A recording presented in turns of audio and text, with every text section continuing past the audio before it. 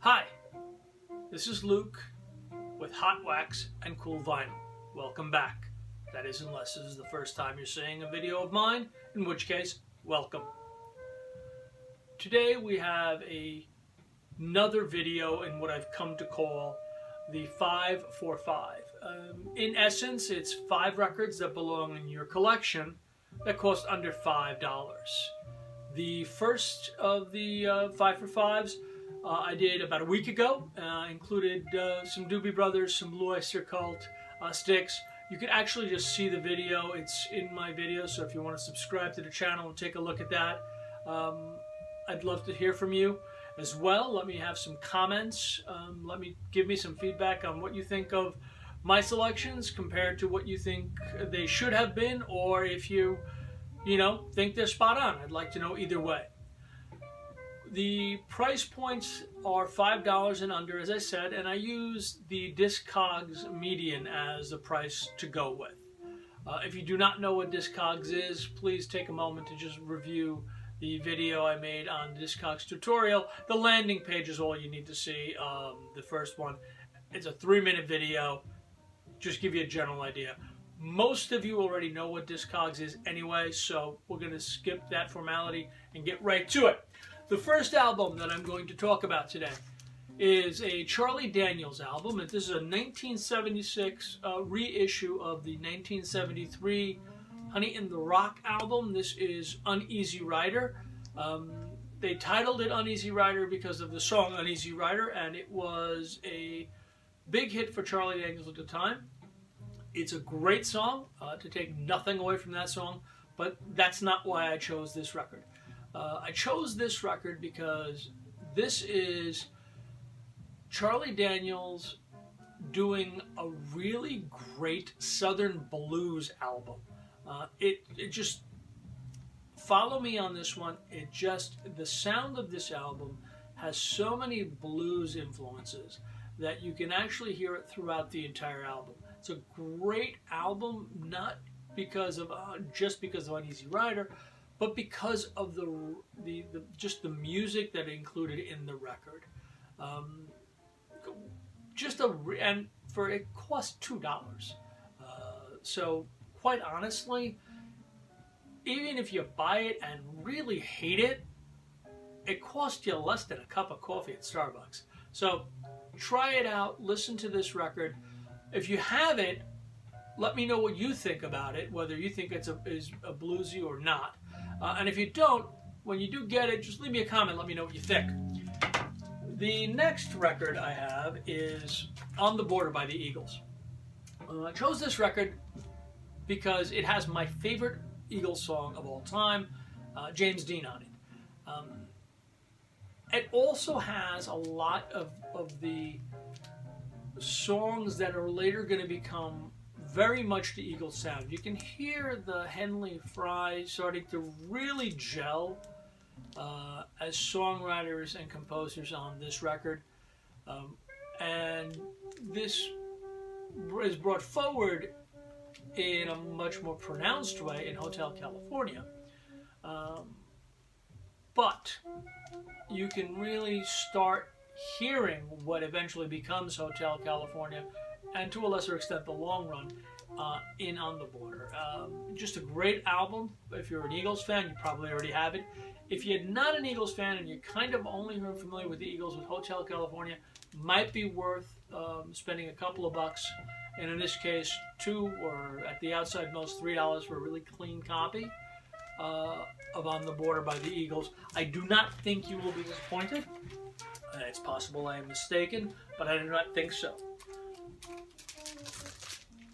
Emerson, Lake and Palmer, brain salad surgery. Included in this because of Carnival 9. Just a very interesting song by 3 very good studio musicians that were put together by a record label and said, let's put you 3 together and let's get you guys going and create things. And they did, and they became pretty strong, a pretty strong band. But Carnival 9 is the one that they're most known for. You know, at any given point, you may not know it by its title if you're relatively new to collecting. But when someone says, "Welcome back, my friends, to the show that never ends. We're so glad you could attend. Come inside, come inside," you automatically go, "Oh yeah, I know that song." Well, that's Carnival 9. Great album. Actually, the Carnival 9 takes the entire side A of this record, which is really an interesting way to put this record out. It's just, the rest of it's a very strong album as well. I happen to like Emerson, Lake and Palmer quite a bit. I think their writing styles were really great, and I do think Carl Palmer's a little underrated on drums. So get your hands on this one. If you can, spend the extra $1 and get the one with the poster on and get yourself a really clean copy. They're out there. You can find them at almost every single flea market and almost every single yard sale that you're going to go to. This was pretty much an everybody had record when it first came out.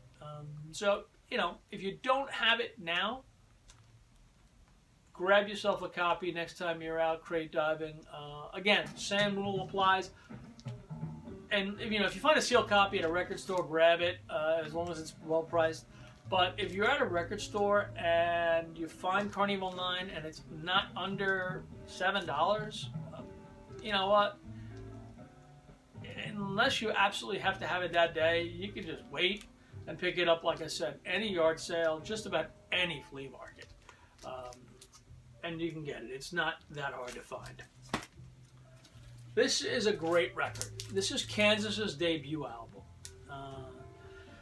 Most of you are familiar with Kansas from songs like Dust in the Wind, Point of No Return, the album's Left Overture. This is a great debut record, and this band, if you really dig into them a little deeper, scratch just past the surface of the Left Overture, you find a band that has got a huge chip on their shoulders. Even in this record, on the back cover of this record, most bands say, you know, we give thanks to this guy and that guy, and these guys, not only do they say we give thanks, but they give and unthanks to all those people. So these guys, when they came out and made this album, really did have a huge chip on their shoulders. It's a great sounding album, that haunting violin that you're so familiar with in their later work and Left Overture, when that breakthrough album with Dust in the Wind and their follow-up to that, which was Point of No Return. Those, you know, Carry On My Wayward Son. All of those, you can hear the beginning of what's going to become those throughout this record, especially that haunting violin. Not something that non-Southern rock bands were using at the time. And let's face it, these guys were not Southern rock. These guys were straightforward rock and roll and then ballad writers. These guys were great, thoughtful writers. $2 album, $1.50. Great debut record. Give it a listen. Let me know what you think. Finally, the most expensive record in our 5 for 5 today, coming in at roughly $4. Goodnight Vienna, Ringo Starr. Ringo did a lot of solo work after the Beatles broke up. A lot of solo work. People don't realize how big his catalog is until you delve into it. But this one is great because it's fun. John Lennon actually wrote Goodnight Vienna. Elton John, Snookeroo, the No-No song, which, again, even if you're not familiar with Goodnight Vienna or Snookeroo, you've heard the No-No song. He even did a remake on Husbands and Wives, which is the Roger Miller one. And the whole album is fun. And you can see it and hear it in the recording that these guys do. They're actually just, it comes through the entire album that they were actually enjoying themselves when they were making this album. It didn't seem like a chore. Now, I could be completely wrong. Maybe throwing glasses at each other behind the scenes. But you get the sense as you listen to the album and as you listen to the songs that these guys really enjoyed themselves and enjoyed doing this album and enjoyed working with Ringo. So, again, this is the most expensive of the album. It's a $4 record. So grab it when next time you see it, whether it's off eBay, whether it's off Discogs. There is a little harder to find in thrift stores and in flea markets, only because every time somebody sees anything Beatle related, they think they've got a gold mine. So these things, they should be priced at $4. You go to a flea market, the guy won't let go of it for less than 10 because, well, Ringo Starr is Ringo Starr. It's like, okay, whatever, guy. So probably your first course should be Discogs. Second is eBay. But if you, or and then after that your standard yard sales, flea markets, etc. Get yourself a copy of it. Let me know what you think of this record as well. And that'll be the 5th of the 5. I hope you found this entertaining. And if you're new to record collecting, I hope it gave you an idea of some records to go listen to and to go buy. So until the next episode of 5 for 5, which will probably be next week, I'll talk to you later. Have a great day. Thanks for stopping by. Leave me a comment and subscribe.